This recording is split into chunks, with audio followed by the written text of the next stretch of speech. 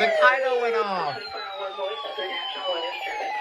The preceding signal was a test of the public warning in the long transmitters in the Florida listening area. Finally. Originating from Ruskin, Florida.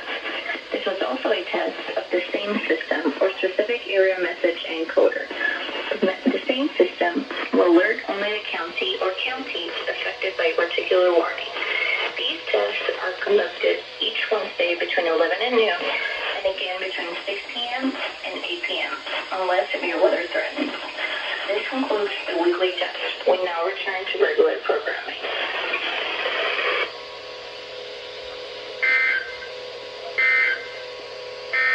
The Tampa climate summary for this evening, as of 5 p.m., May 4th, 2022. Today's high temperature was 88 degrees. This high was 1 degree above the normal high of 87. The record high is 94 degrees, which was set in 1935. Today's low temperature was 73 degrees. This low was 5 degrees above the normal low of 68. Yeah, about time. Oh my gosh, the Kaido actually went off, and so did this thing. That's the first time I've ever seen the Kaido actually go off. And the Pro 136 didn't go off. I must not have it on the right mode.